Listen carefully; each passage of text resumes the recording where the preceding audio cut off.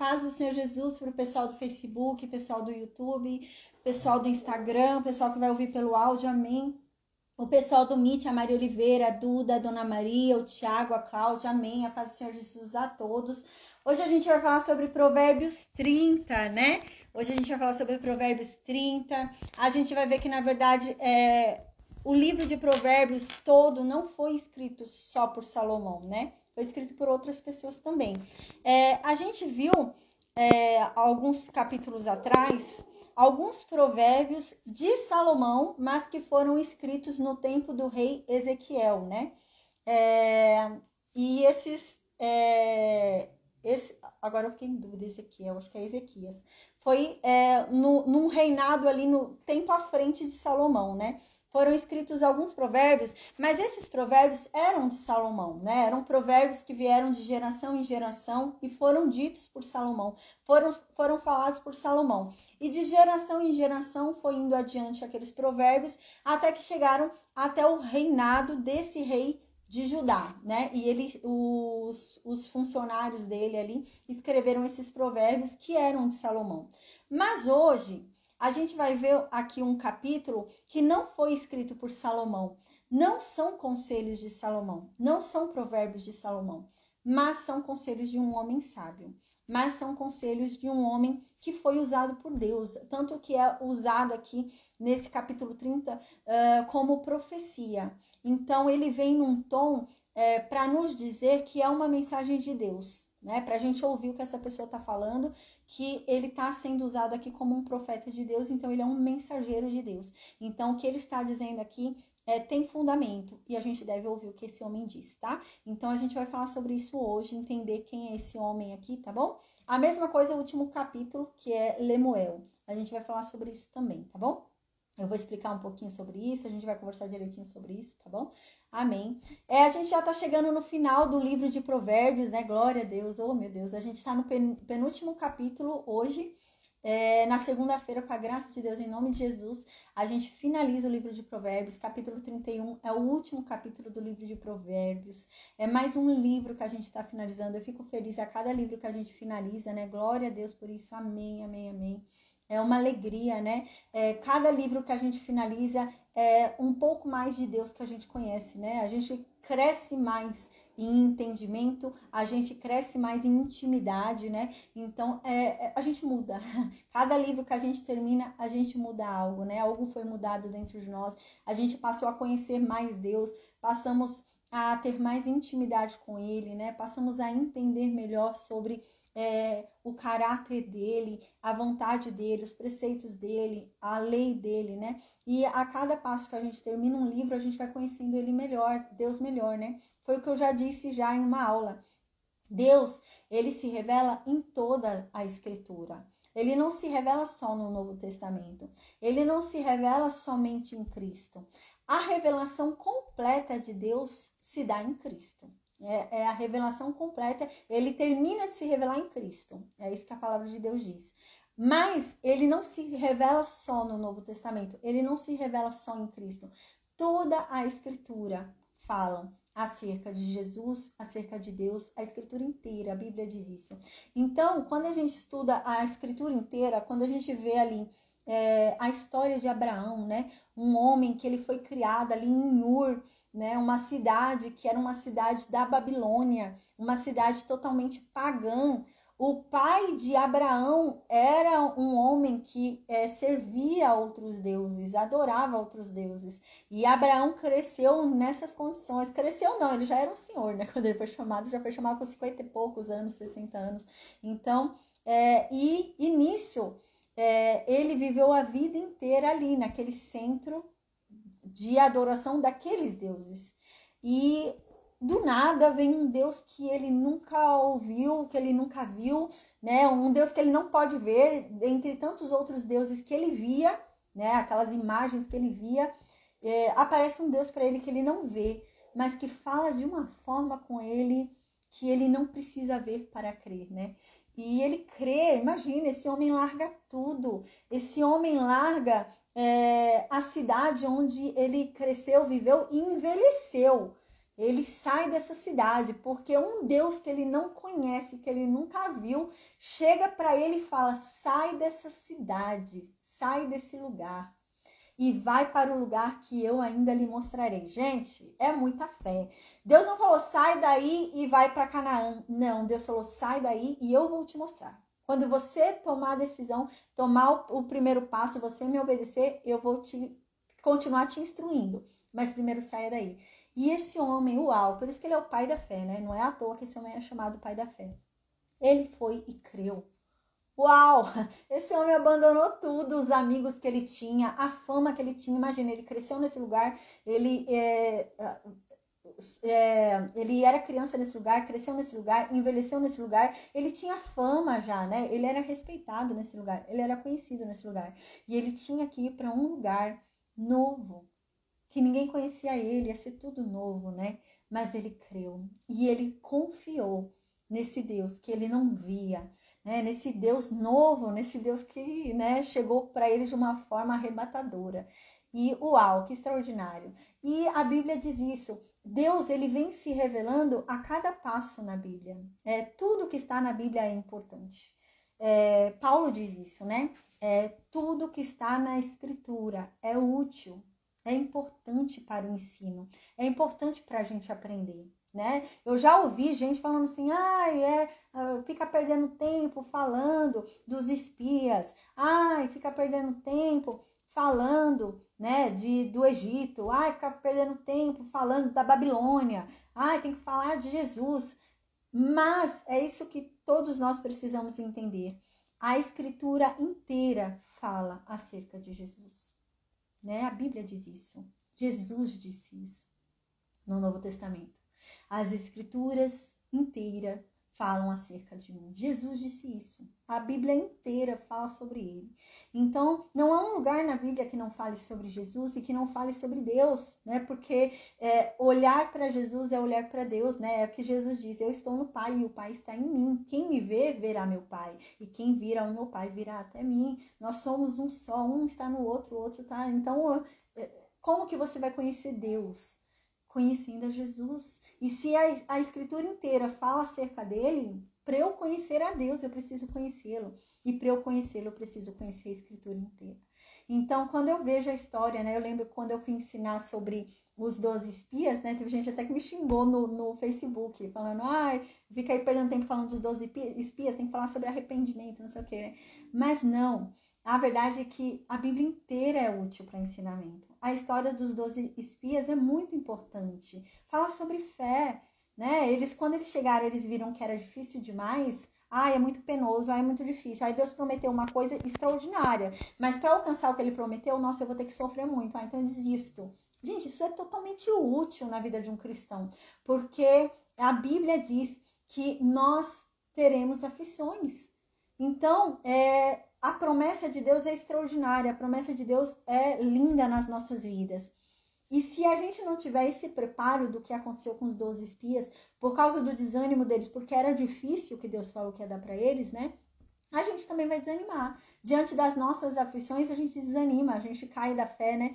Então, é muito importante. A Bíblia inteira é importante, né? A Bíblia inteira é útil para a gente aprender sobre Deus, para a gente aprender sobre o caráter de Deus. Cada julgamento ali de Deus, né, revela o caráter dele. Às vezes as pessoas ficam falando, né? Como que pode? Deus fez o que fez com Sodoma e Gomorra, né? A Bíblia, ela vem ensinando o caráter de Deus, o juízo de Deus. Quando Deus lança ali o juízo dele sobre Sodoma e Gomorra, ele está mostrando para a gente sobre o juízo dele. Ele está falando para a gente sobre o caráter dele. O que é que ele atura, o que é que ele não atura, né? Ele tolera tudo, né? Ele castiga quem merece ser castigado. E é isso que a Bíblia vem revelando para a gente, porque senão a gente acha que é um Deus só de amor. Não, ele também é justiça, ele não é só amor, né? Mas, ao mesmo tempo, mais para frente, a gente vê uma outra nação que estava ali, chegando no nível de Sodoma e Gomorra, e ia ser destruída, né? Mas Deus levantou um profeta ali, meio mal-humorado, que não queria ir não, né? Jonas. Mas foi. E o que acontece? Gente, o povo se converteu. Aquele povo se converteu. E é isso. A Bíblia vem nos ensinando sobre isso, sobre várias coisas, sobre arrependimento, sobre o juízo de Deus, sobre o caráter de Deus, sobre a vontade de Deus, né? Então é muito importante. A Bíblia inteira, ela é útil. Amém. Então, na semana que vem, né, a gente vai finalizar o livro de Provérbios. A gente tá hoje no penúltimo capítulo. Semana que vem a gente vai para o último capítulo de Provérbios, que é o capítulo 31. Depois a gente vai voltar para o livro de Reis. Vamos continuar falando sobre os casamentos de Salomão. A gente parou nos casamentos dele. A gente vai continuar falando sobre os casamentos dele e vamos entender onde foi que ele errou, tá? Então, houve um erro ali na vida de Salomão que levou à divisão do reino. O reino que antes pertencia todo à casa de Davi foi dividido. Deus ficou tão irado com Salomão que vai tirar 10 tribos da casa de Davi e vai deixar com um empregado de Davi. De tão irado que ficou, um empregado de Salomão, né? Então Deus ficou tão irado com Salomão, fala, não, eu vou tirar 10 tribos de você, Salomão, porque você pecou contra mim, e eu vou dar essas 3 tribos por um empregado teu, porque ele é mais digno do que a tua descendência, ele é mais digno do que você, né? Então a gente vai ver o que é isso, o que aconteceu ali, que Deus vai fazer isso com a descendência de Davi, né? Uau, o que aconteceu ali? Mas ao mesmo tempo, por amor de Davi, Deus deixa isso bem claro, ó Salomão, não é por amor a você, é por amor ao teu pai. Por amor a Davi, por amor ao que um dia eu prometi a ele, eu vou deixar ainda uma tribo com vocês. Uma tribo ainda vocês vão reinar sobre ela. E a gente vai falar sobre isso semana que vem. E antes de começar a falar sobre a morte de Salomão, né? Depois da queda de Salomão, tudo, antes dele morrer, a gente vai para o livro de Eclesiastes. Então a gente vai estudar o livro inteiro de Eclesiastes. Terminamos o livro de Eclesiastes, a gente vai voltar para o livro de Reis. Vamos falar sobre a morte de Salomão. E então a gente vai começar a estudar a divisão dos reinos. Então a gente vai começar a falar sobre o reino norte e o reino sul. Aí a gente vai falar sobre os profetas que eram do reino norte, os profetas que eram do reino sul. Pra gente entender, né? Às vezes a gente lê assim um livro de Jeremias e a gente não entende que momento da história Jeremias estava. Jeremias estava falando com quem, né? Não, mas a gente vai saber, a gente vai ler junto com o rei ali, pra gente entender tudo o que estava acontecendo naquele contexto histórico, naquele momento histórico, né? O profeta Isaías estava falando com quem, né? O profeta Elias, ele estava falando com quem? O profeta Jeremias falava com quem? E a gente vai ver isso, tá bom? Amém, glória a Deus. A paz do Senhor Jesus, pessoal do Face, amém.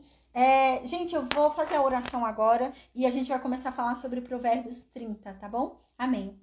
Meu Deus, obrigada, Pai. Obrigada por mais uma oportunidade. Obrigada pelo teu amor, pela tua misericórdia, pela tua graça, Pai. Amém.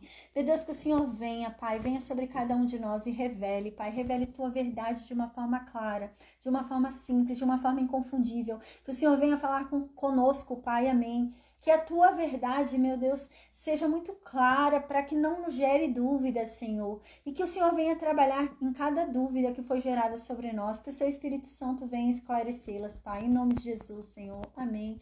Porque a tua palavra não gera dúvidas. A tua palavra é verdade. A tua palavra é certeza. E que então o Senhor trabalhe em nossas mentes, em nossos corações, Pai. Nos dando discernimento, nos dando esclarecimento, nos dando sabedoria sobre a tua palavra, Pai. Amém. Em nome de Jesus. Que venhamos a guardar a tua palavra, meu Deus, muito bem guardada, que venhamos a guardar tudo isso que nós estamos aprendendo, muito bem guardado, para que não venha o inimigo e nos roube, meu Deus, tudo aquilo que estamos aprendendo de ti, mas que também tenhamos o cuidado de não apenas guardá-la, mas também praticá-la, Pai, que venhamos a ser praticantes da tua palavra e da tua verdade, que venhamos a ser exemplo nessa terra, que venhamos a ser Cristo na vida dos outros, Senhor, em nome de Jesus, Pai, amém, que não venhamos a cair nas mentiras de Satanás, que não venhamos a cair, meu Deus, nas provocações do inimigo, Pai, amém. Meu Deus, que o Senhor nos livre e nos proteja de todo mal, Pai, o Senhor é o nosso escudo, Pai, é em Ti que cremos, Pai, a Tua palavra é poderosa, a Tua palavra, meu Deus, é pura,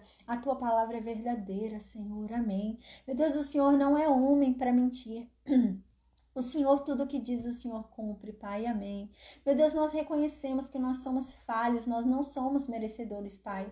E por isso nós pedimos, Pai, em nome de Jesus, perdoa, Pai. Perdoa os nossos pecados, perdoa as nossas falhas, os nossos erros, porque nós pecamos, Pai. Nós pecamos, ainda que involuntariamente, ainda que por um pensamento rápido que passou em nossas mentes, ainda que por um desejo instantâneo, momentâneo, nós pensamos o que não deveríamos ter pensado, nós sentimos o que não deveríamos ter sentido, Pai. E então a tua palavra diz que nós já pecamos e por isso nós pedimos perdão, porque nós somos apenas pó, Pai. Nos ensina a sermos melhores, Senhor. Nos ensina, Pai, a andar na tua verdade. Nos ensina a andar nos teus caminhos, Senhor. Porque se o Senhor se revelar a cada um de nós de uma forma clara, de uma forma simples, Pai, se o Senhor mostrar a tua vontade, se o Senhor se revelar a cada um de nós não nos desviaremos dos teus preceitos, porque nós queremos cumprir a tua vontade, nós queremos te obedecer, Pai, porque nós queremos contemplar a tua face, Senhor. Nós queremos receber a nossa recompensa, meu Deus, nós queremos andar na tua presença.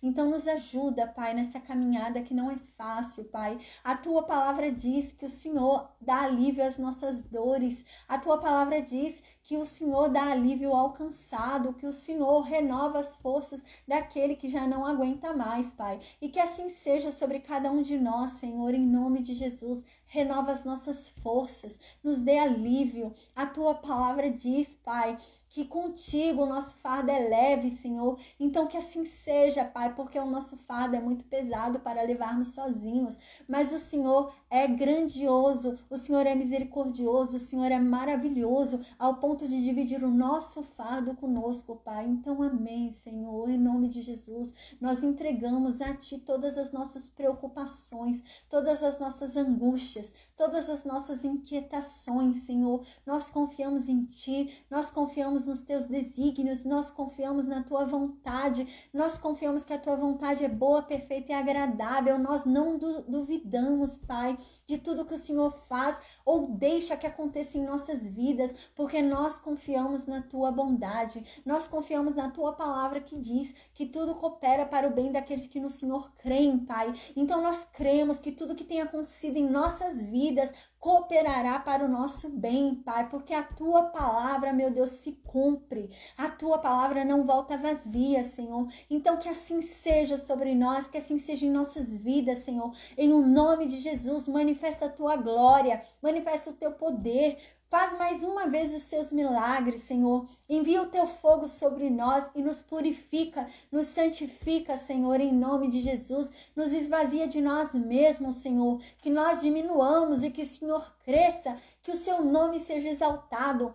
Que o Senhor, meu Deus, seja glorificado, Senhor. Em o nome de Jesus, nós damos glória, Senhor, a Ti, porque nada é nosso, tudo é Teu, Senhor. Tudo vem de Ti, Senhor. Tudo que nós temos, tudo que nós somos é graça a Ti, Pai. E obrigada, Senhor. Obrigada por esse amor que tem nos sustentado. Obrigada pela esperança que nos põe de pé. Obrigada pela palavra maravilhosa que o Senhor nos deixou, Senhor. Amém. Obrigada, Senhor, por ser tão bom conosco, Pai. Amém, meu Deus. Amém, Senhor. Que o Senhor, Pai, nos dê a provisão de cada dia, que nada nos falte, que o Senhor supra todas as nossas necessidades, Senhor. Meu Deus, a Tua palavra diz que o Senhor é um Pai bom. A Tua palavra diz que o Senhor é um Pai que tem prazer em conceder ao Teu Filho aquilo que Ele mais deseja. A Tua palavra diz que o Senhor não brinca conosco. A Tua palavra diz que o Senhor não brinca com os nossos desejos. A Tua palavra diz que o Senhor não é cruel, ao ponto de nós pedirmos pão e o Senhor nos dar pedra. A Tua palavra diz que o Senhor nos dá exatamente aquilo que nós mais desejamos. Meu Deus, então, em nome de Jesus, Senhor, conceda os desejos do nosso coração, meu Deus. Nós sabemos que o Senhor, meu Deus, só cumprirá essa palavra se eles estiverem de acordo com a Tua vontade. Então, meu Deus, Senhor, a Tua vontade é boa, perfeita e agradável.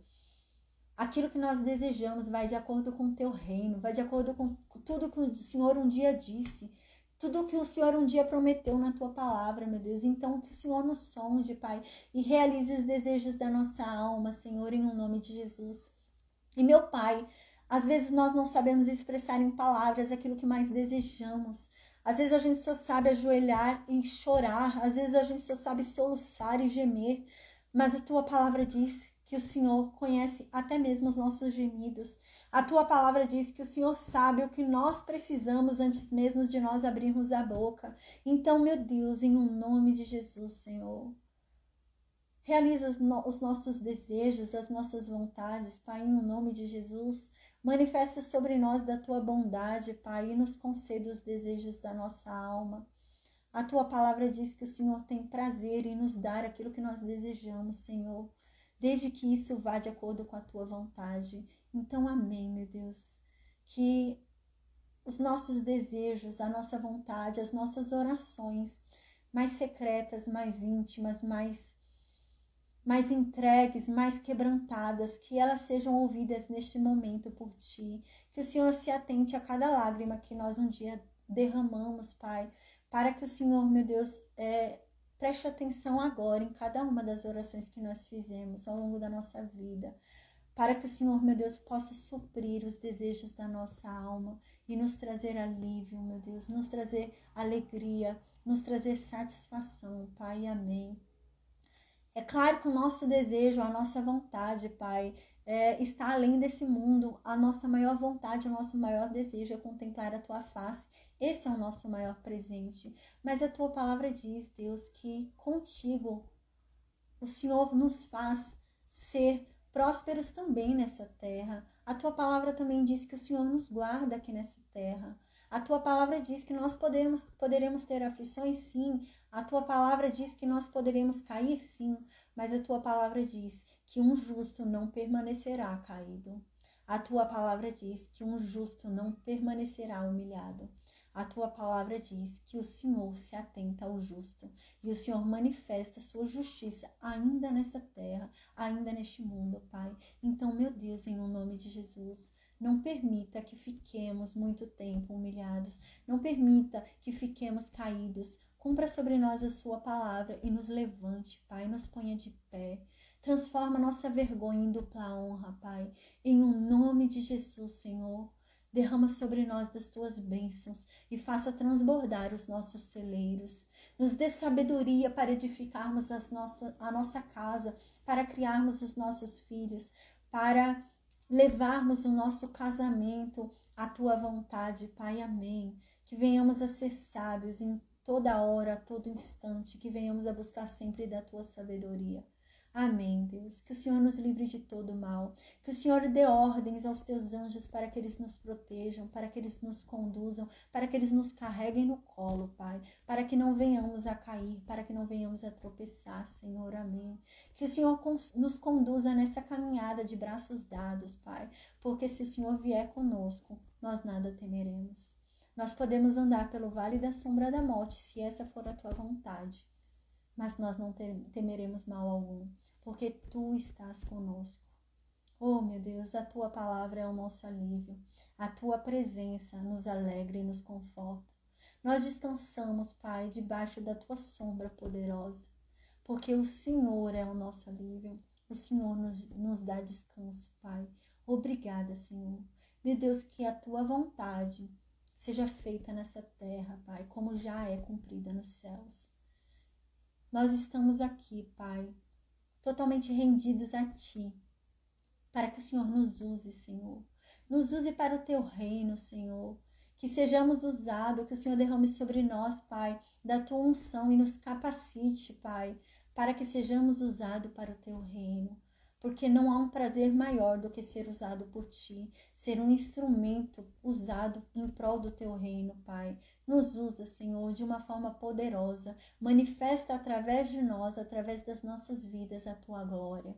Que todos possam ver quem Tu és, através do nosso testemunho, através do nosso exemplo, através das nossas vidas. Que venhamos a ser Cristo na vida das pessoas, que as pessoas venham a conhecer a Cristo através de nós, Pai, em nome de Jesus, Senhor. Amém.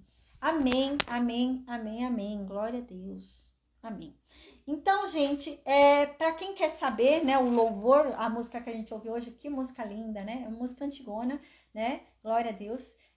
O nome da banda, né, é Voz da Verdade, e o nome da música é O Escudo. Ah, é boa a oração, sim. Eu abri o olho agora, tá embaçada a vista. Mas amém, glória a Deus, né? Quando a gente ora assim, fervorosamente, quando você abre o olho, você fica meio até assim, né? Eu tô meio assim. Parece que o chão saiu meio do lugar, né? Você sente assim, você olha pro chão, eu tô olhando pro chão, parece que tá fora do lugar. Se você andar, você desmaia, né? Glória a Deus, amém. No versículo 1 diz assim: são estas as palavras solenes de Agur, filho de Jaque. Quem é Agur, filho de Jaque? Vamos lá, né? Quem é Agur, filho de Jaque? A tradição judaica, para falar que esse livro totalmente eu ia falar Moisés, totalmente de Salomão, né? A tradição judaica, eles falam que Agur é um nome também dado a Salomão, assim como Lemuel. Então, na tradição judaica, eles entendem que Agur, na verdade, é um outro nome que se chamava Salomão. E Lemuel, que é o próximo capítulo que a gente vai estudar, também é um outro nome que se chamava Salomão. Mas, gente, a gente vai ver aqui, no contexto do que a gente estuda, não parece isso. Não parece. Não parece que é Salomão, não. Parece que é uma outra pessoa. Realmente, parece que é uma outra pessoa aqui, tá? Então, eu não acredito que seja Salomão. E quem é Agur? Gente, não sei. Não sei, a Bíblia não fala quem é Agur. A gente não tem noção de quem é Agur. Mas é alguém importante, porque quando a Bíblia fala de quem é descendente, é sinal que ele vem de uma linhagem que você tem que prestar atenção no que ele diz. Porque aqui tá falando sobre o pai dele. Nessa época, quando você queria chamar a atenção, né, falar algo, você falava, tal pessoa, filho de não sei quem. Então é filho dele. Então a pessoa já era respeitada, só pelo pai dela, entendeu? Você usava o nome do pai e era referência. E é nesse nível aqui. Então, quem é esse Agur? Provavelmente ele é filho de um sábio, né? Agora, quem ele é, eu não sei. Se ele, de qual tribo que ele é, não sei. A gente não sabe, tá, gente? Mas, pelo contexto que a gente vai ler aqui, pelo contexto que a gente estuda, não parece que é Salomão. A mesma coisa o Lemuel, a gente vai ver no próximo capítulo. Também não parece que é Salomão, tá bom? Pode ser que, como a gente lembra que alguns capítulos antes, na história, havia falado, né, sobre alguns provérbios que haviam... Deixa eu até ver aqui qual o nome do rei, pra eu não me confundir. Peraí, rapidinho.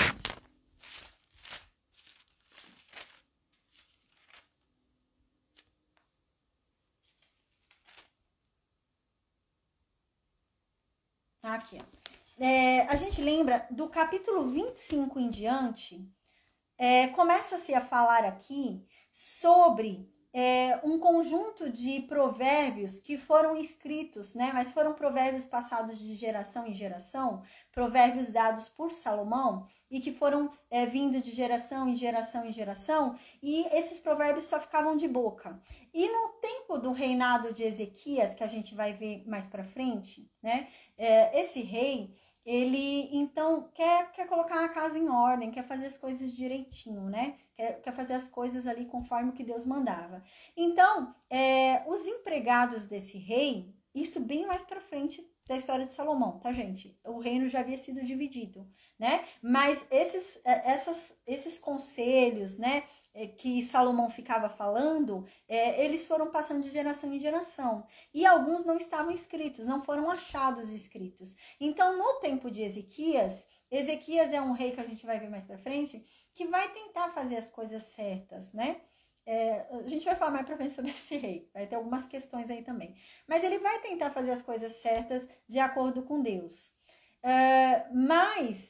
E os empregados dele, na época dele, vão fazer o quê? Eles vão pegar esses conselhos que já vieram de geração em geração e eram de boca e vão pôr no papel, né? Pra ficar firme. Daqui a outras gerações se mantém pelo menos no papel. Não vai ter o risco daquelas palavras se perderem, porque palavra se perde, né? Então eles vão colocar no papel. Então, do capítulo 25, a gente viu que começou a falar sobre esses provérbios que havia sido ficado de boca, que não se achou escrito pelo Salomão. Algo aconteceu que se perdeu, não se achava mais escrito. Então, quem escreveu no reinado de Ezequias, os funcionários de Ezequias. Então, eles escreveram, mas eles deram a titularidade, né, a autoria desses provérbios para Salomão. Então, apesar deles escreverem, de quem que eram esses provérbios? De quem que eram esses conselhos? De Salomão, tá? Então, já começa a observar que do capítulo 25 em diante, você vê que começa a surgir um novo tempo, né? Então, começou a surgir um novo tempo. Saiu da época de Salomão e foi-se para um outro tempo, mais para frente. Só que ainda eram os efeitos do conselho de Salomão. Tá? Então, agora, no capítulo 30, a gente está vindo ainda nessa pegada de serem conselhos vindos depois da época de Salomão. E agora chega um homem que vai escrever conselhos pra gente chamado Agur. Então, eu, sinceramente, não acredito nessa tradição judaica que fala que Agur é Salomão, porque já havia saído da história de Salomão no livro de Provérbios, né? Quando entrou ali no reinado de Ezequias, já saiu da história de Salomão. Ele ainda vincula Salomão porque parece que por exemplo, um exemplo que Salomão deixou para o povo. É como se fosse uma tradição, né? Nesse nível. Salomão deixou a tradição de se escrever em provérbios, os sábios escreverem provérbios. E essa tradição ficou. Então, nada mais justo do que os outros conselhos escritos, vindos dessa tradição deixada por Salomão, ficarem no livro escrito por Salomão, que é o livro de Provérbios. Ele escreveu a maior parte do livro, mas não significa que ele escreveu todo o livro, né? Então, o capítulo 30 não foi ele que escreveu. Do capítulo 25 em diante, não foi ele que escreveu. Apesar dele ter falado, né? De ter ficado de geração em geração. Mas agora, no capítulo 30, me parece que não são os conselhos de Salomão. São conselhos de Agur. Né? Tanto que aqui deixa muito claro que é a fala de Agur, não é a fala de Salomão. No capítulo 25, quando a gente estudou, está lá escrito, durante o reinado de Ezequias, os funcionários de Ezequias escreveram mais alguns conselhos de Salomão. Então, ali ficou muito claro que aqueles conselhos não eram dos funcionários de Ezequias, mas sim de Salomão. Né? Foi passado de geração em geração, mas são conselhos de Salomão. Agora não, no capítulo 30, está dizendo pra gente que os conselhos são de Agur. E então surge essa questão, quem é Agur? Eu tenho que ouvir Agur? Né? Eu ouço Salomão, agora eu tenho que ouvir Agur? Quem é Agur? Né? Aí aqui diz então que Agur é filho de Jaque. E isso deve ser importante, gente. Eu não sei quem é Jaque, mas isso deve ser importante. Para esse autor ter escrito isso é porque Jaque devia ser alguém importante, tá? Mas eu não achei na Bíblia quem é Agur e nem quem é Jaque, tá? Então eu não sei. Mas quando a Bíblia faz esse tipo de coisa, quando o escritor faz esse tipo de coisa, é porque esse Jaque era alguém importante, era alguém respeitável, era algum sábio, né? Então aqui o autor, o escritor, tá querendo dizer, preste atenção no que esse homem tá falando. Ele sabe o que diz. Ele é inteligente, ele é sábio, né? Então ele tá exaltando esse homem, tá falando, escuta o que ele diz, tá? Então é nesse nível. Nas Bíblias, na frente disso aparecem dois nomes, né? Algumas Bíblias aparecem dois nomes. Aparece escrito Itiel e Ucal, tá? Esse Itiel e Ucal, em algumas Bíblias, ficou uma tradução como se Agur estivesse falando para Itiel e Ucal, tá? No hebraico, não tem lógica. Ele tá falando para essas duas pessoas, tá? Não tem lógica, ele tá falando para Itiel e para Ucal. No hebraico, o que parece que significa? Significa que são nomes que expressam uma linguagem, são nomes figurativos. São nomes usados mais para se expressar o que o nome diz, entende? Então, assim, um nome diz, Deus não está comigo. Então, ele está querendo dizer isso. Deus não está comigo, Deus não está comigo. Socorro, socorro, Deus me ajude, né? É nesse sentido, tá? Então, isso é o que tem mais lógica do que realmente ele está falando com essas duas pessoas, tá bom? E o que quer dizer esses dois nomes, Itiel e Ucal? Significa Deus não está comigo. Deus não está comigo. Ele fala duas vezes o Tiel, né? Então ele está querendo dizer, Deus não está comigo. Deus não está comigo. E no final ele fala o Cal. E o que seria o Cal? Seria eu estou desamparado, tá? E tem toda a lógica ser isso, gente. Porque a gente vai entender o que ele vai dizer. Ele vai dizer que ele é um homem que ele se arrepende. Ele vai falar, eu me arrependo. Eu não escolhi a sabedoria. Eu não escolhi ser sábio. Eu não conheço Deus. Eu não conheço o que é santo. Eu fiz escolhas erradas na minha vida. E é isso que ele vai falar. Então tem todo sentido. Gente, a gente está terminando o livro de Provérbios. Tem toda a lógica. Esse capítulo está aqui no final do livro de Provérbios. Salomão inicia o livro de Provérbios incentivando a gente a buscar a sabedoria. Ele inicia o livro de Provérbios falando qual é a importância da sabedoria em nossas vidas. O que a sabedoria proporciona pra gente. Por que a gente deve buscá-la, né? Ao longo do livro, ele vem dando vários conselhos para sermos sábios, né? Para sermos prósperos. E agora, no final, é totalmente lógica essa colocação, porque no final ele mostra pra gente o que acontece se a gente não escolher a sabedoria. Agora no capítulo 30 chega um homem arrependido. Chega um homem no capítulo 30 que não escolheu a sabedoria. E ele se arrependeu. Chegou um momento da vida dele que ele percebeu que ele foi um tolo. Que ele percebeu que ele fez escolhas erradas, tá? Então, é isso que quer dizer. Eu vou repetir o versículo primeiro agora, explicado tudo isso. Diz assim: são estas as palavras solenes de Agur, filho de Jaque. Deus não está comigo. Deus não está comigo. Eu estou desamparado. Então, no versículo 2, ele continua dizendo: com certeza, eu sou o homem mais bruto entre todos os homens. Com certeza, eu sou o homem mais ignorante entre todos os outros. Eu não tenho entendimento humano. Eu sou um animal. É isso que está dizendo. Versículo 3, ele fala por que ele se sente um animal. Porque ele é um ignorante. Ele diz no versículo 3, porque eu nunca aprendi a ser sábio. E eu não conheço o Deus Santo. Eu sou o mais ignorante dos homens. Eu sou um homem que não tem entendimento. Porque eu nunca aprendi a ser sábio. Eu até tentei, mas nunca aprendi.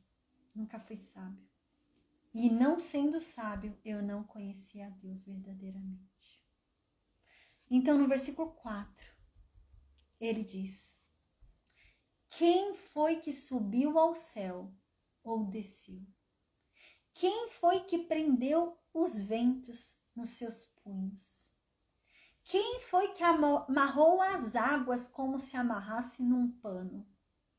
Quem foi que estabeleceu todas as extremidades da terra? Qual é o nome dele? E qual é o nome do filho dele? Se é que você sabe. Uau! Uau! Ele tá falando que ele não tinha entendimento dessas coisas. Ele fala: nossa, eu fui muito burro. Eu perdi tempo da minha vida, podia ter buscado a sabedoria e não busquei. E eu não conseguia entender o santo. Eu não conseguia entender quem realmente era Deus. Eu não conseguia entender quem ele é, a grandiosidade dele. Como que eu não percebi? Como que eu não me atentei para tentar entender quem foi que desceu e subiu dos céus para falar sobre ele? Quem é que sabe o nome dele? Quem é que conhece o filho dele? Quem... Uau, né? Você já vê aqui um homem, né? Experiente, né? Experiente. Uau. Hoje, né? É claro, aqui ele fala assim: quem é que conhece verdadeiramente a Deus? É isso que ele está querendo dizer. Quem há no mundo que conheça verdadeiramente a Deus? Verdadeiramente, completamente. Só alguém que já subiu e desceu do céu. Fora isso, ninguém conhece a Deus verdadeiramente. Só conhece a Deus verdadeiramente quem já esteve com ele lá no céu e desceu. Jesus. É o único que conhece a Deus verdadeiramente. Por isso que Jesus diz no Novo Testamento, né? Porque existia muita questão de: eu quero conhecer Deus. Cadê Deus? Como que é Deus? Eu quero saber de Deus. Mas como que Deus é se eu não vejo Deus? Como que Deus age se eu não vejo Deus? E Jesus quebra isso e fala assim: você quer conhecer a Deus? Conheça a mim. Porque o Pai está em mim e eu estou no Pai. O que eu faço é o que o Pai faz. O que eu digo é o que o Pai diz. Eu estou no Pai e Ele está em mim. Eu tenho a vontade dEle e Ele tem a minha. Se me conhecer, conhecerá Ele. E essa é a questão, né? Antigamente, é isso que Agur está falando aqui. Quem é que pode dizer que conhece a Deus completamente? Quem pode dizer? Só quem subiu e desceu do céu. Eu não posso dizer, mas quem subiu e desceu do céu pode. Gente, isso daqui é uma reafirmação sobre o Evangelho de Cristo. Uau! Né? Se há alguma dúvida, quem é que conhece a Deus senão aquele que esteve no céu, desceu e voltou? Uau! Não há outro que conheça a Deus. E é isso que ele está dizendo aqui. Quem conhece esse Deus? Então diz, quem é que sabe o nome desse Deus? E qual é o nome do filho dele? Hoje nós podemos dizer isso. Hoje nós conhecemos o nome desse Deus. E nós sabemos o nome do filho dele. E nós conhecemos aquele que subiu e desceu do céu. Apesar de eu não ter subido e descido do céu, ele subiu e desceu do céu. E hoje eu conheço a Deus. Hoje eu consigo dizer quem é Deus, conhecer a Deus. Porque Jesus disse isso. Quem olhar a Jesus está vendo o Pai. Quem vir Jesus está vendo o Pai. Quem se espelhar em Jesus está se espelhando em Deus, né? Uau! Então, no versículo 5, Agur chega num êxtase total. E ele diz, toda a palavra de Deus é pura. Uau! Como é que a gente vê se um ouro é puro? Lembra? Quando a gente vai testar um ouro, o ouro passa pelo fogo para ver se é puro. E acontece ali algo que toda a sujeira ela é revelada. A sujeira vai para cima e o ouro derrete. O ouro cai e derrete. E tudo que é impureza, sujeira, sobe. E assim você torna aquele ouro puro, né? Então aquela parte lá embaixo é o ouro puro. Ele foi provado no fogo, né? E quando o ouro é provado no fogo e não sobe nada, desceu tudo, ele foi provado no fogo e ele passou no fogo. Era ouro puro. Uau! E assim é a palavra de Deus. A palavra de Deus não tem mentiras. A palavra de Deus não tem sujeiras, não tem impurezas, não tem dúvidas, não tem dubiedades. Ele não diz uma coisa e faz outra. A palavra de Deus é certeira, é pura. O que ele fala é, o que ele diz que vai fazer, ele faz. É isso que a Agur está falando. Como eu não percebi isso? Como eu fui tolo? Como eu perdi tempo na minha vida e não percebi isso? Que a palavra de Deus é pura, é verdadeira. Eu duvidava da palavra dele. Eu achava que era mentira aquilo que estava escrito naquele livro. E hoje eu vejo que é real. É pura, a palavra dele é verdadeira. E ainda ele diz assim, e não só isso. A palavra dele é escudo para os que nele confiam. Uau! A palavra dele não é só pura, de eu ter certeza que ele vai fazer o que ele disse.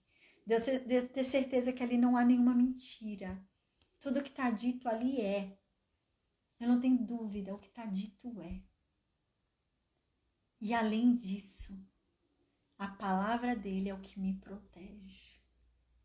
A palavra dele é o que vai me proteger de tomar decisões erradas. A palavra dele é o que vai me proteger de ir para o caminho errado. A palavra dele é o que vai me dar consciência, sabedoria para fazer escolhas certas e me desviar do mal. É escudo, a palavra dele é meu próprio escudo. Se eu conhecer a palavra dele, ela é o meu escudo. Ela vai me dizer para onde eu devo ir, o que eu devo fazer, o que eu não devo. Ela será o meu escudo, ela vai me proteger. Se eu conhecer a palavra dele. Uau! Então no versículo 6, Agur diz, olha, eu digo para vocês, não acrescente as suas palavras às palavras de Deus. Não diga que Deus mandou você dizer algo que ele não mandou. Não faça isso. Lembra que isso aconteceu com os amigos de Jó? Os amigos de Jó chegaram lá em Jó, né? E falaram, Jó, me escuta, eu tô aqui em nome de Deus. Tô falando em nome de Deus que você é um pecador, que você fez errado, que não sei o que. E começaram a falar assim, lembra? E eles falaram em nome de Deus.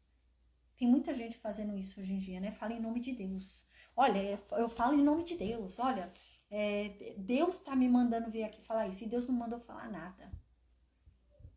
E é isso que a Agur tá falando. Toma cuidado.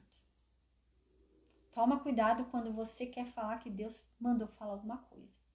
Tenha certeza que foi Deus que mandou.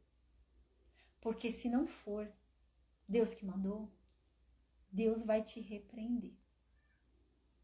E você vai ser tido como mentiroso. Toma cuidado. Isso aconteceu com os 3 amigos lá de Jó, lembra? Eles falaram que Deus mandou, eles falavam por Deus, né? Ele falou, Deus fala através de mim. Eles ficavam falando assim, né? E então no finalzinho, lembra? Que Deus não falou nem com os amigos. Deus falou, olha, pede pra Jó orar por vocês. Jó, ore por eles. Porque você ouço, Jó, eles não. Eles falaram coisas que eu não mandei falar. Então, ora por eles, que aí eu vou perdoar eles. Nem a oração deles eu não quero ouvir. Porque eles falaram em meu nome coisas que eu não mandei eles falarem. E se lembra que depois eles tinham que oferecer sacrifícios para Deus, para ter perdoado os seus pecados, porque eles falaram em nome de Deus o que Deus não mandou eles falarem. E Deus ia matar eles. Deus só não matou porque Jó orou. Senão Deus ia matar eles. E ele está dizendo aqui, cuidado. Cuidado para você não ficar acrescentando coisas às palavras de Deus.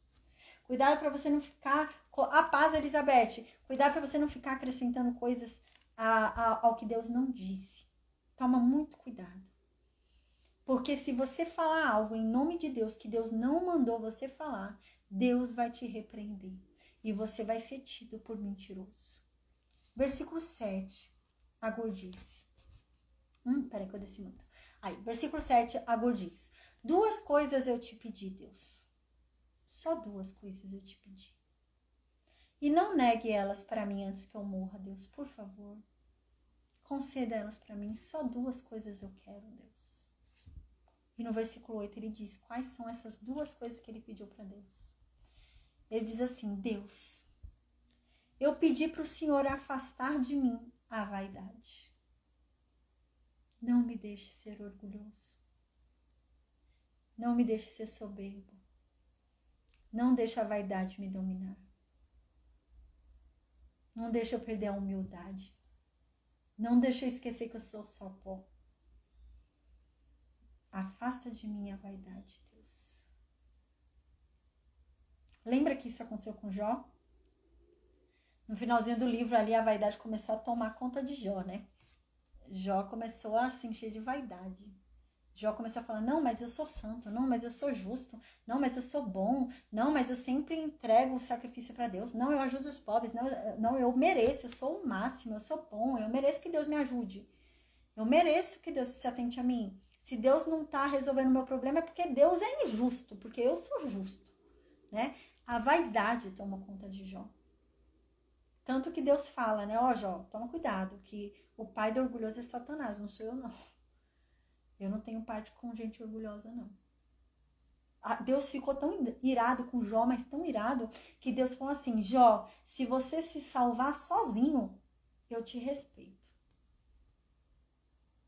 Mas se você não consegue se salvar sozinho, se você precisa clamar a mim pedindo socorro, não vem com essa, não.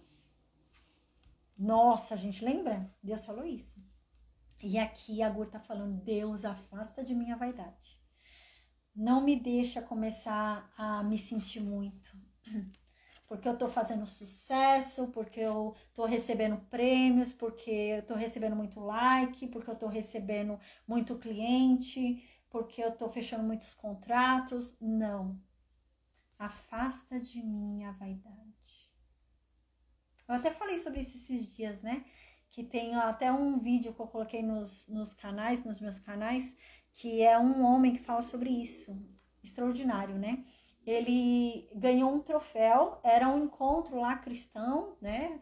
E eram vários troféus que dá para as pessoas, né? E ele tinha ganhado um troféu e ele não foi nessa festa.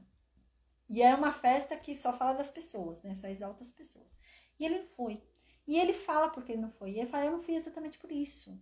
Porque é um lugar que você vai e só exalta as pessoas. E eu parei para pensar, chegou um momento na minha vida que eu parei para pensar e eu falei, por que eu tô fazendo tudo isso? Eu tô fazendo tudo errado. Deus vai sondar a minha motivação. Deus vai sondar qual é a motivação que eu estou tendo para subir e cantar no altar. Qual é a motivação que eu estou subindo no altar para cantar? A motivação é eu vender meu CD, A motivação é eu aumentar o número dos meus seguidores? A motivação é o quê? É verdadeiramente falar sobre Deus ou é falar sobre mim? E é isso que ele fala, né? Ele fala, eu percebi que eu estava fazendo a motivação errada. Eu estava querendo falar sobre mim. Eu subia, falava de Deus, mas a verdade é que a minha verdadeira motivação era sobre mim. Eu queria ganhar mais. Eu queria ser famoso. Eu queria ter mais seguidores. Eu queria vender mais CDs. Eu queria ganhar prêmios. Eu queria ganhar troféus. Ele falou, era eu. Ele falou, chegou uma hora que eu percebi que eu queria crescer. E eu estava diminuindo Deus. Eu estava abafando Deus para eu crescer. E eu percebi, a minha motivação era errada. E ele fala que ele se afastou de tudo. Ele fala que ficou 3 anos, né? Sem ir pra mídia. Ele fala, não, eu fiquei 3 anos sem ir pra mídia, me afastei de tudo. Ele falou, não, eu parei. Eu não preciso de prêmios desse mundo. Eu não preciso de likes. Eu não preciso de seguidores. Ele falou, eu não preciso de nada disso. Ele falou, a minha recompensa não tá nessa terra. Ele falou, minha motivação estava errada. Ele falou, eu me arrependi. Aquilo era vaidade. E existe isso, a vaidade. É que nem Jó. Jó era um homem que não pecava, Jó era um homem que se desviava do mal, Jó era um justo, reto, íntegro. Mas a vaidade começou a tomar conta dele.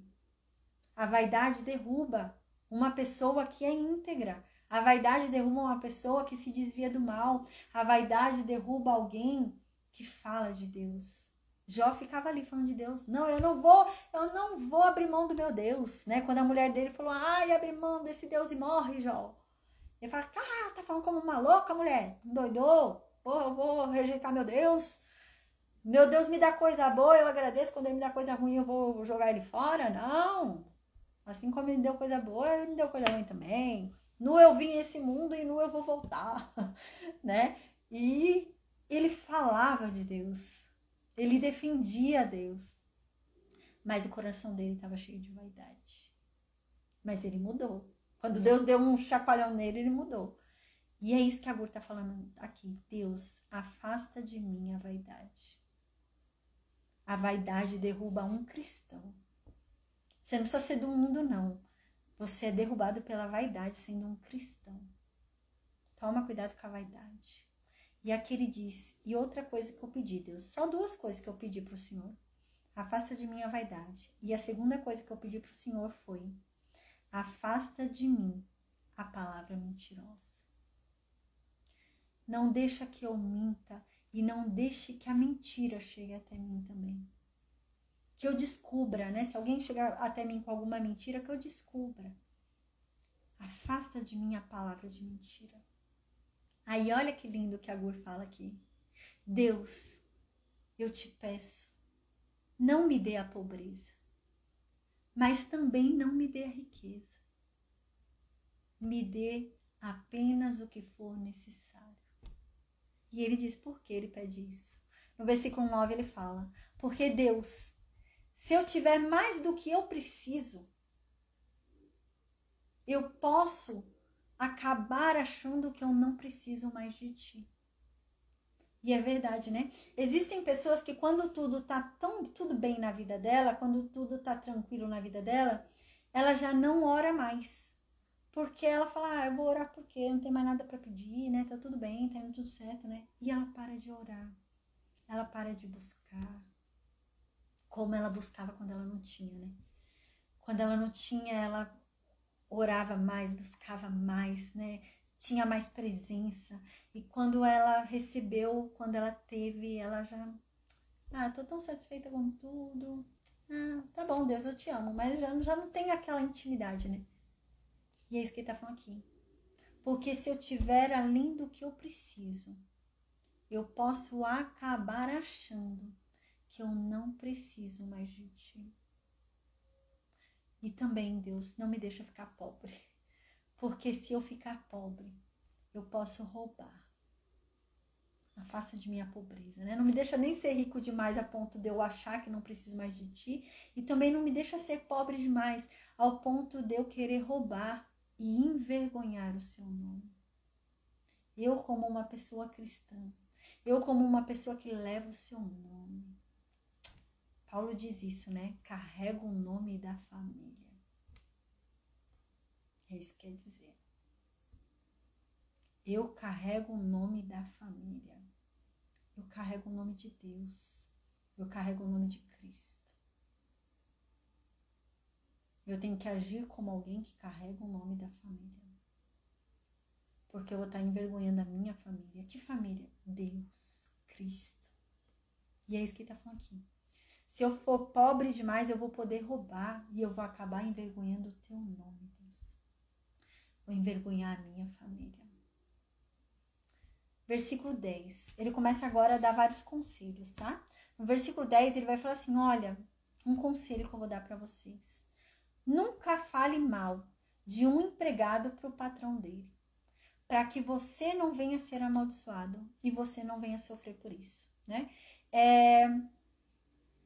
A pessoa é empregado, ele está numa condição ali, né, de sujeição.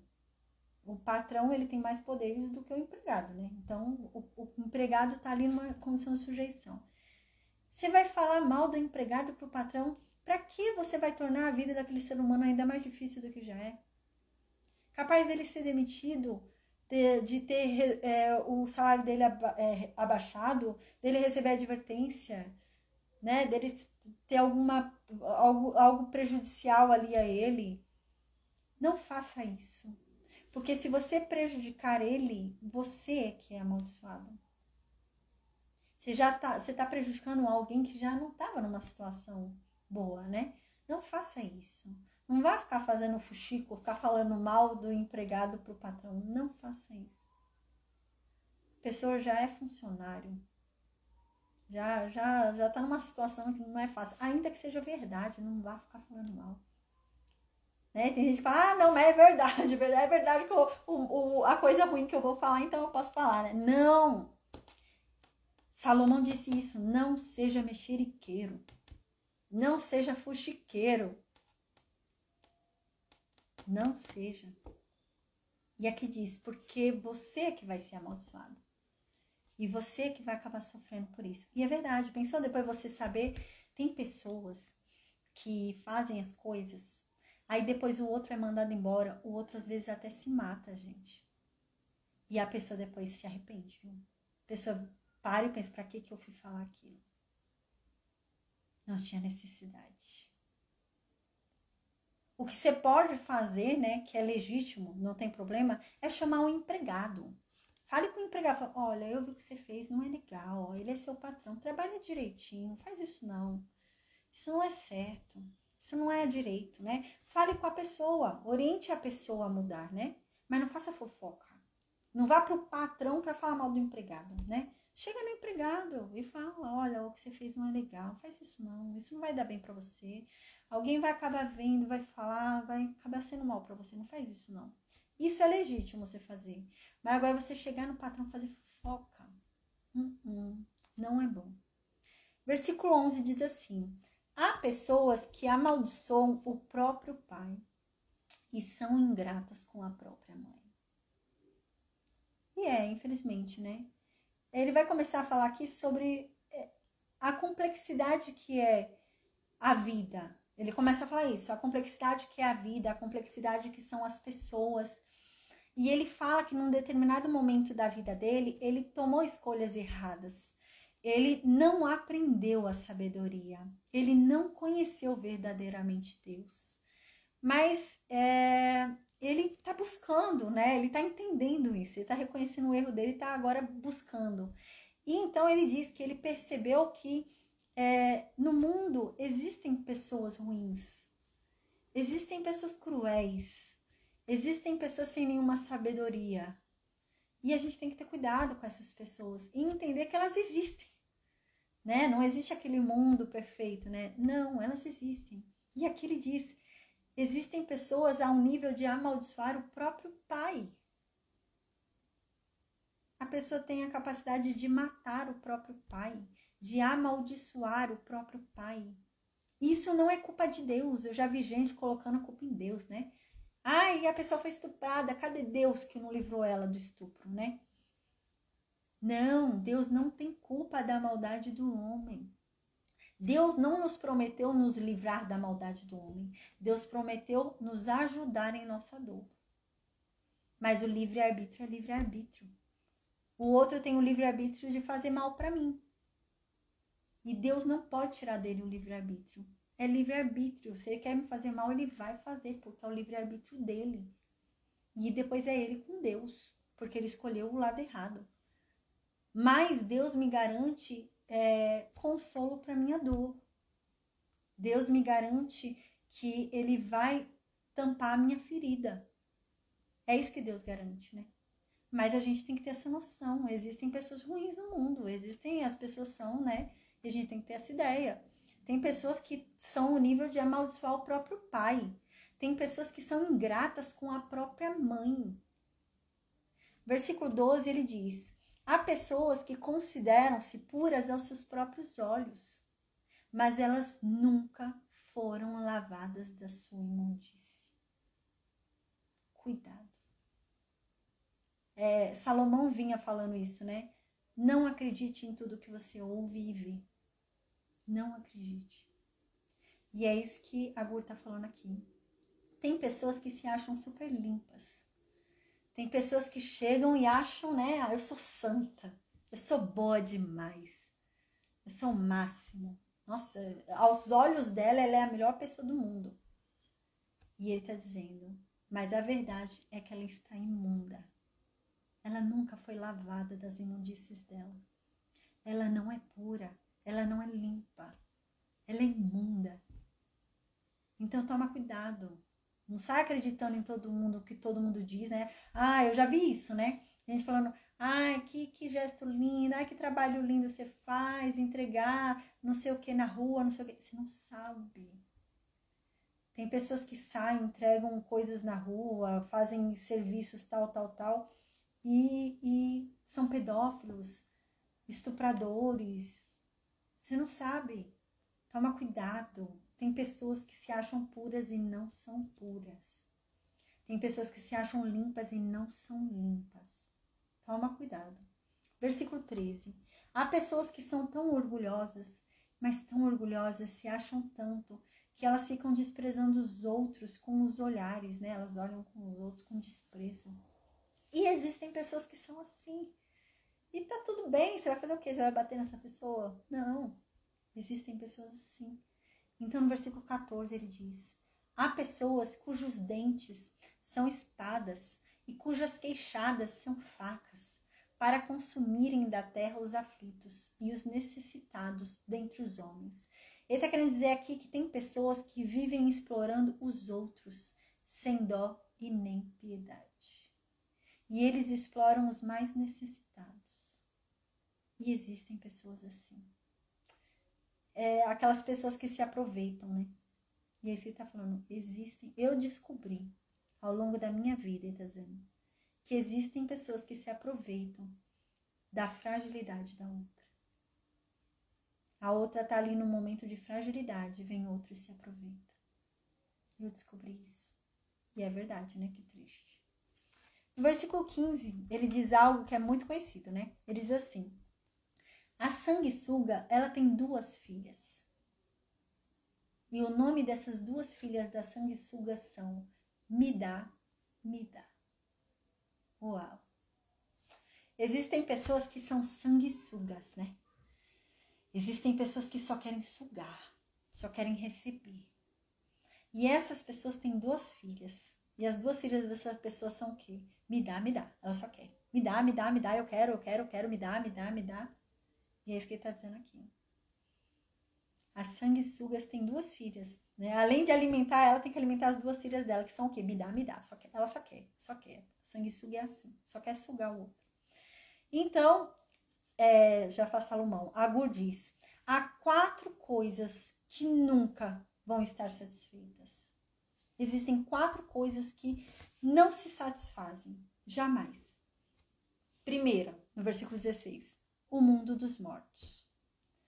Realmente, o mundo dos mortos nunca vai estar satisfeito, né? Nunca vai falar, encerrou, ninguém vai morrer, né? Não, vem. Ele sempre está esperando o próximo, né? O próximo a vir, né? Não, nunca se satisfaz o mundo dos mortos. Todo mundo tem que morrer. Então, vai sempre morrendo, né? Nunca se satisfaz. A mulher sem filhos. Lembra Raquel? Lembra aqui Raquel, né? Raquel, quando ela casou ali eu ia falar com José, quando ela casou com Jacó, né? E ela não podia ter filhos, lembra? Deus percebeu que Jacó amava mais a Raquel do que a Lia.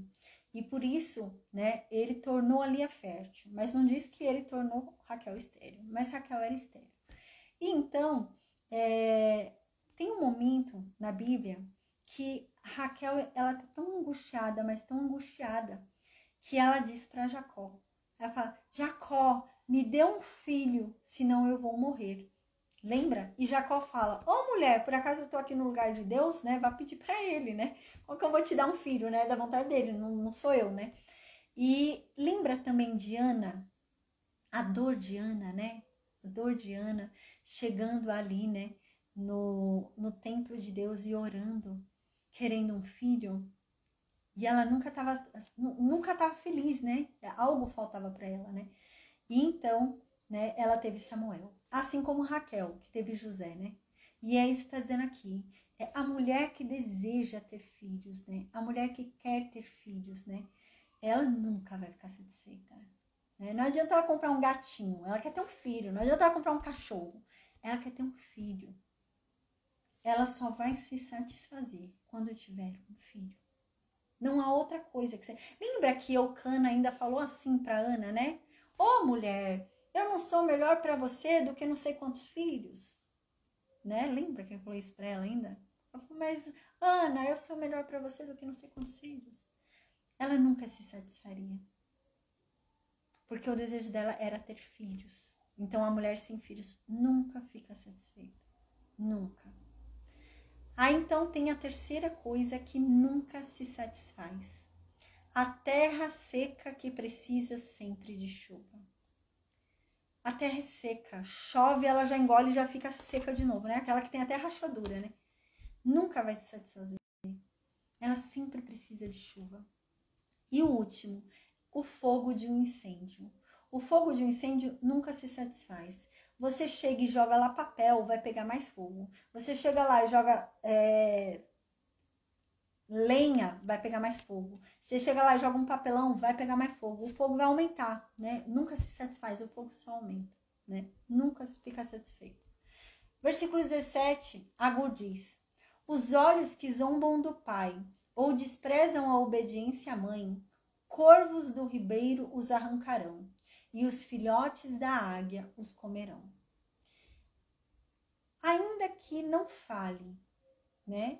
Porque aqui ele está dizendo que esse filho não está explicitamente maltratando os pais, né? Ele não está falando, ele não está batendo nos pais, não está brigando, mas ele está com olhos de desprezo.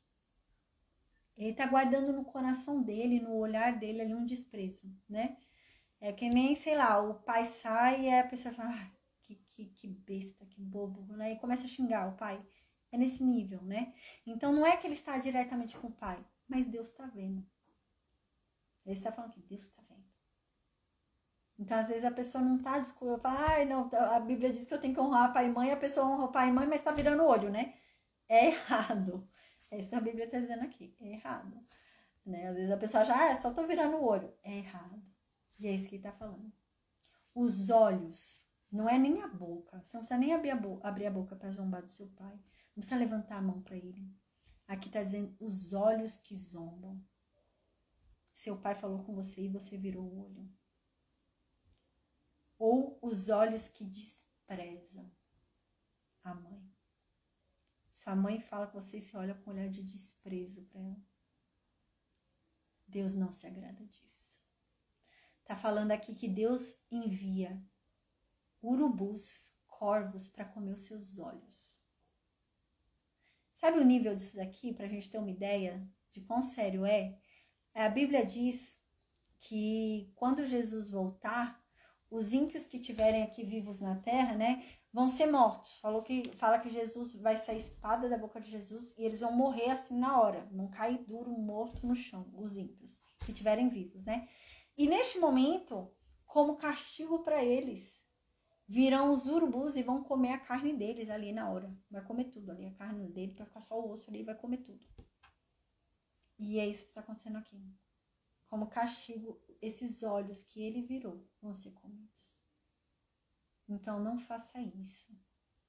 Isso também é desrespeitar pai e mãe. Às vezes a pessoa acha que desrespeitar pai e mãe é só falar, né? Só brigar, só bater, né? Não.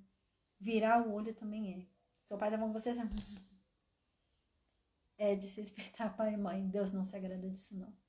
Versículo 18. Há 4 coisas misteriosas que eu não consigo entender, Agur diz. Tem 4 coisas que eu não consigo entender. A primeira coisa que eu não consigo entender é a águia voando no céu. Eu não consigo entender para onde ela vai, o que ela vai, como ela voa. Eu não consigo compreender isso. E então ele diz, a cobra se arrastando nas pedras. Eu não consigo entender as pedras ali machucando, né? Imagina, eu jamais ia ficar me arrastando nas pedras. Vou me ralar todo. Mas a cobra vai e se arrasta nas pedras.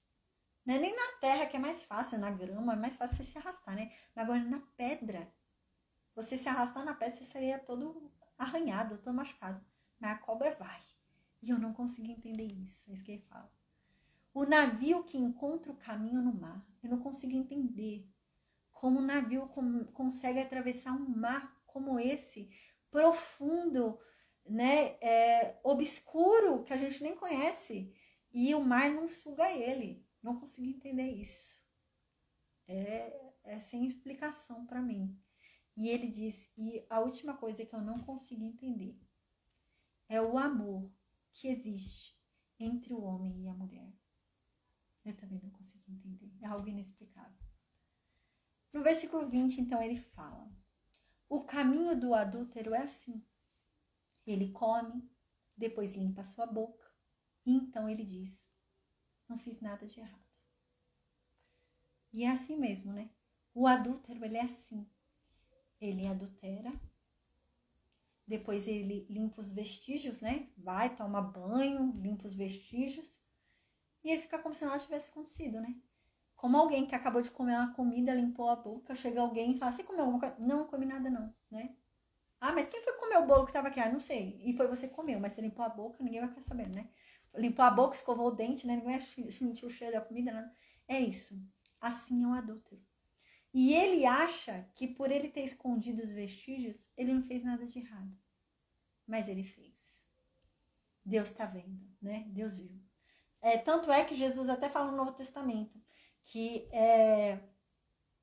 até o pensar já é adultério, né? Você não precisa ir praticar. Se você já pensou em dormir com outra pessoa, em deitar com outra pessoa, você já adulterou. Você imaginou você com ela, já adulterou. Já foi pecado, já cometeu o pensamento, já é pecado. O sentimento, passou no coração, deu uma vontade, um desejo, pronto, pecou. É pecado.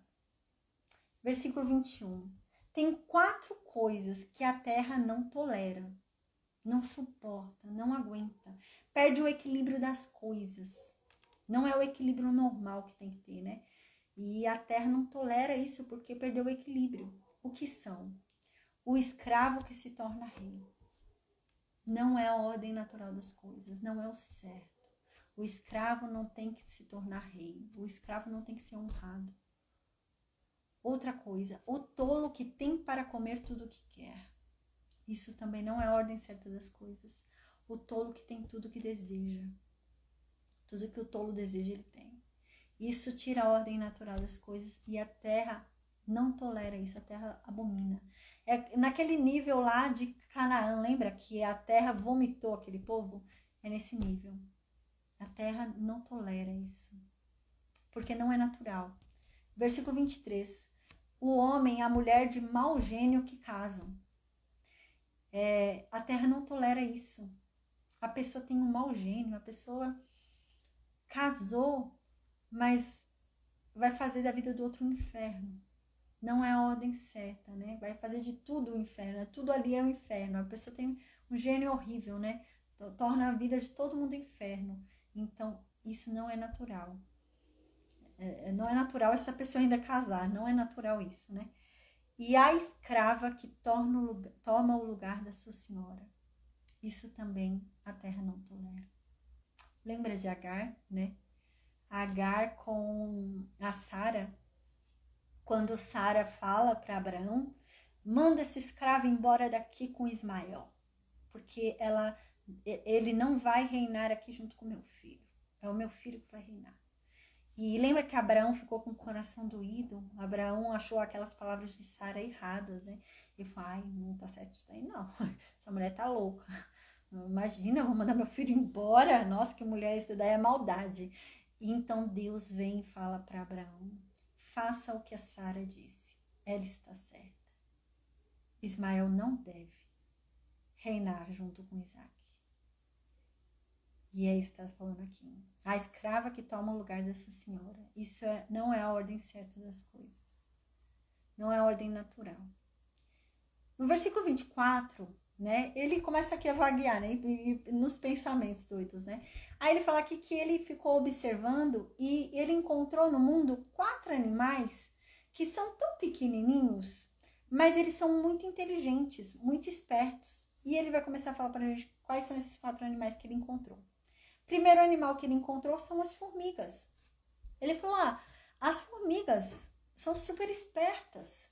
As formigas são pequenininhas, são fracas, mas elas ajuntam comida para o verão. Ajuntam comida no verão, para o inverno. São muito espertas as formigas, né?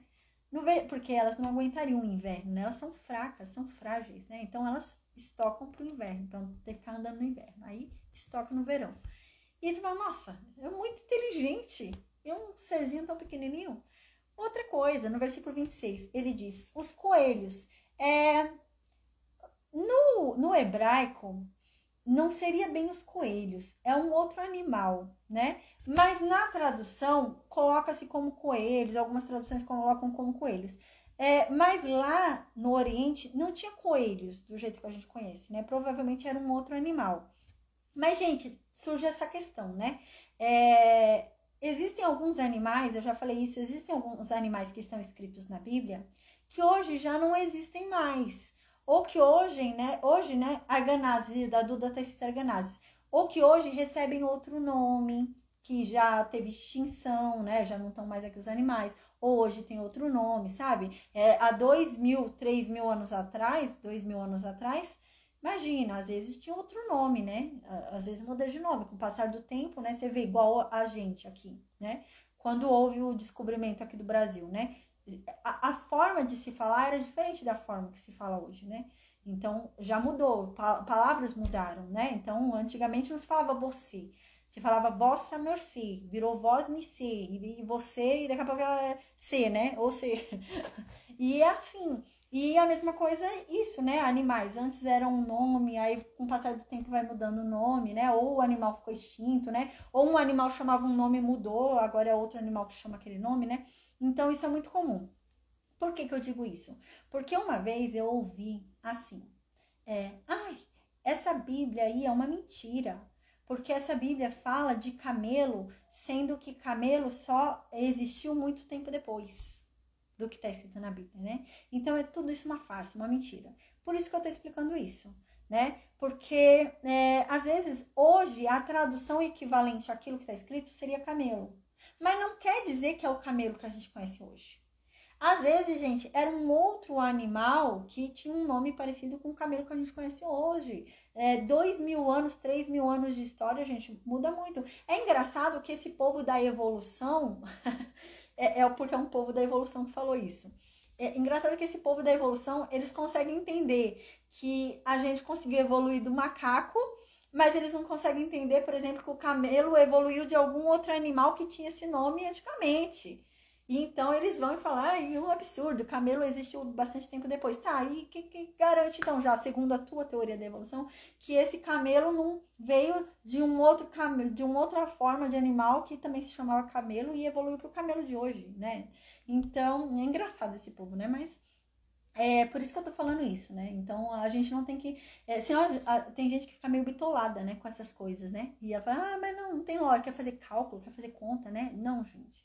Não tem necessidade disso. A gente tem que crer na palavra, né? E o que está escrito, né? Também não está no pormenorizado, né? Não é igual é hoje, que a gente tem tudo contabilizado certinho, gente. É tempo da pedra, tempo não sei o que, sabe? Então, vamos com calma. Tem gerações que são puladas, né? Então, se observa mesmo, tem uma diferença nas gerações que estão no livro de Gênesis e nas gerações que estão na genealogia de Jesus, você vê que tem nomes ali que estão na genealogia de Jesus e que não estavam em Gênesis, foram puladas, né? Então acontece isso muito. E tem gente que fala, mas não tá batendo os cálculos, não sei o quê. Sim, devem ter gerações que devem ter sido puladas. E é normal isso, porque o importante são os personagens principais, o foco da história, e não ficar a gente contando certinho tudo, entendeu? Igual você vê também, quando você vai ler ali o Novo Testamento. Você vai lendo as histórias e você vê, por exemplo, que tem uma diferença de uma história para outra, uma diferença pequena, assim. Quando Marcos conta a história, ele conta de um jeito, quando Mateus conta a história, ele conta de um outro jeito, e quando Lucas conta a história, conta de um outro jeito, né? Mas você vê que a base da história é a mesma. Os três têm a mesma base da história. Só que você vê que um conta um detalhe que o outro não contou, um conta uma coisa que o outro não contou, e isso é natural, isso é normal, porque se realmente já aconteceu isso esses tempos, né? Um tempo atrás, tem uma pessoa que eu conheço que ela foi escrever um livro, e ela escreveu um livro e ela contou o ponto de vista dela sobre a história. Só que o ponto de vista dela da história era diferente do ponto de vista da outra pessoa que estava com ela na história. Ela lembrava de um jeito, a pessoa já lembrava de outro, né? Cada um tem seu jeito de lembrar. E é normal, né? Isso é natural. É que as pessoas ficam querendo, sabe? Isso fica bitolada, né? Então, a gente tem que ter esse cuidado. Senão, a gente acaba caindo na fé por erro, né? Por erro nosso. A Bíblia, ela não é científica. A Bíblia não é um livro científico. A Bíblia é um livro, né? Para nós termos conhecimento das coisas do reino de Deus, do Evangelho de Cristo. Mas não é para a gente fundamentar nada científico. Até porque o ponto de vista do que foi escrito na Bíblia é o ponto de vista do autor. Então, não é nada científico. Igual eu já vi gente, por exemplo, querer fundamentar. Hoje, tendo comprovado, hoje, a pessoa quer comprovar que a Terra é plana. Então, tendo hoje o fundamento científico tudo, a pessoa quer comprovar que a Terra é plana pela Bíblia. A Bíblia não tem fundamento científico, né? Igual eu já vi gente questionando. Mas Josué falou que o sol parou. Mas o sol fica parado. É a terra que roda, né? E o sol tá aqui, a terra fica rodando, e a lua tá aqui, e a terra que roda, né? A gente sabe disso hoje. Mas, gente, a gente tem que lembrar, a Bíblia é escrita pelo ponto de vista de quem tá vendo. A gente aqui na Terra, quando a gente olha, o que parece? Que o sol tá andando. Não parece que é a Terra que tá girando. Parece para mim que o sol é que tá andando. Então, como que eu vou descrever isso para alguém entender? O sol parou. Pronto, a gente entendeu, né? Mas não quer dizer que o sol parou. Mas no meu ponto de vista, o sol parou, né? E é a mesma coisa com relação a animais, tudo, entende? É a melhor forma de explicar aquilo é dessa forma. Igual a Bíblia depois foi sendo reescrita, sabe? Imagina, outro tempo, mais pra frente, não sei quantos séculos depois, ela foi reescrita, ela foi atualizada, né? Pro termo da época, pro pessoal da época entender. Então, aquele animal já tinha outro nome naquela época, mudou lá o nome, né? Mais pra frente, mais alguns séculos pra frente, mudou lá o nome. Então, é normal, igual hoje a gente tem outras traduções pra gente entender. Há 500 anos atrás, gente, 1000 anos atrás, era outra escrita. Né? E vai atualizando para a próxima geração conseguir entender, porque a terminologia vai mudando, né? O jeito de falar vai mudando, as coisas vão mudando, a escrita vai mudando, a identificação vai mudando, uma coisa às vezes muda de nome, né? E é natural. Aí o povo fica com essas questões, né? Então aqui quer dizer, né? Que esse animal, que devia ser parecido com coelho, né? Mesmo que não seja coelho, porque não tinha coelho lá no Oriente, mas era um animal parecido com coelho e era um animal frágil. E o que está dizendo aqui? Nossa, ele é muito esperto, porque apesar dele ser um animal frágil, ele se esconde, ele faz as casas dele nas rochas, num lugar poderoso, num lugar que ele está bem protegido, apesar dele ser tão frágil. Então ele é muito esperto. Versículo 27, ele fala sobre outro animal. Ele fala os gafanhotos. É um outro animal inteligente. Os gafanhotos, eles não têm rei, não tem nenhum chefe, não tem ninguém que domine, mas mesmo assim, eles andam em bando e ainda são organizados, sem ter nenhum chefe, sem ter ninguém que mande neles, e eles são organizados e andam sempre em bando. Aí no versículo 28 ele fala assim, e por último tem as lagartixas. Fala sério, a lagartixa é um bichinho que qualquer um pode pegar na mão, mas elas são encontradas até mesmo nos palácios. Não são nada bobas, elas vão para dentro dos palácios, vão para ambientes bons, ficar em ambientes bons. E eles são muito inteligentes, esses animais. Aí no versículo 29, ele fala assim, há 4 seres vivos que quando caminham causam olhares de admiração, né? Tem 4 seres que quando andam todo mundo para e admira aqueles seres. Quais são? Versículo 30, o leão. Quando o leão... Ai, gente, é verdade, né? Eu lembrei até no dia que eu fui no zoológico aqui perto. Uau, eu fiquei babando lá no leão. E todo mundo ficava assim, o leão lá parado, eu olhando assim de perto. Que coisa mais linda um leão, né? Você fica babando mesmo, né? E aí você tava aqui, o leão. Quando alguém vê um leão, você baba vendo um leão. E é verdade. E quando ele anda, então, né? Você fica assim, parado, olhando o leão. É lindo. E ele diz, o leão. O leão, e ele é o mais forte entre os animais. E ele não foge de nada. Não foge da luta, né? E é o mais forte dos animais. É dito como o rei, né? O rei da selva, né? O rei da selva, o rei leão, né? Versículo 31. Qual que é o outro animal que todo mundo admira quando anda? O cavalo de guerra. O cavalo de guerra, quando ele tá bem preparado para a batalha, quando ele anda, todo mundo olha. E todo mundo baba, todo mundo admira, né? E o que mais? O bode, né? É difícil a gente imaginar alguém admirando o bode hoje, né? Mas era, nessa época se admirava, gente. Nessa época era chique se ter bode, né? Não é igual hoje. Mas era chique. Então você admirava o caminhar do bode, né? E o que mais que você admirava o caminhar? O rei. Quando você via um rei caminhando, você admirava o caminhar dele. Versículo 23 ao 32 diz assim: se você agiu loucamente, se exaltando, se você começou a se achar, começou a agir de maneira louca e começou a se achar, começou a se exaltar, a se orgulhar, né? Ou se você começou a planejar algum mal, leve a tua mão até a sua boca. Tá dizendo, pare. Se em algum momento você começou a agir de forma louca, você perdeu o juízo e começou a se achar, pare agora. Pare agora de se achar. Se você começou perdendo o juízo e começou a planejar mal para alguém, pare agora de desejar o mal de alguém, de planejar o mal para alguém. Pare agora. E ele diz por quê. No versículo 33 ele fala: porque como o forçar do leite produz manteiga, o forçar do nariz produz sangue, assim também o forçar da ira produz briga. É aquela coisa que Deus falou para Caim, né? O sentimento está à tua porta, né? O desejo está à tua porta. Cabe a você dominá-lo. Senão ele te dominará e será a tua perdição. E é isso que ele está falando aqui. Se você começou, por falta de juízo, a se achar, a se exaltar, se enaltecer, pare. Pare agora. Porque se você continuar com isso, vai dar mal.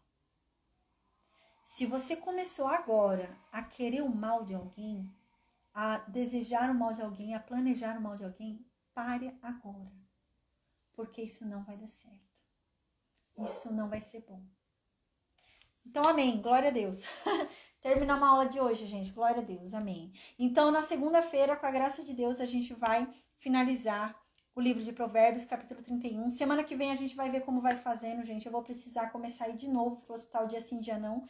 Eu vou começar a me preparar de novo pra cirurgia. Eu vou ter que fazer a cirurgia de novo, né? Eu falei, a primeira cirurgia que eu fiz não deu certo. Vou ter que fazer de novo, então eu vou dia sim, dia não. Mas, em nome de Jesus, com a graça de Deus, Deus vai me dá forças pra gente continuar aqui, né? Amém. Que eu não gosto de ficar sem aprender, né? Eu aprendo muito também. Então, cada aula eu aprendo demais, gente. Amém. Glória a Deus.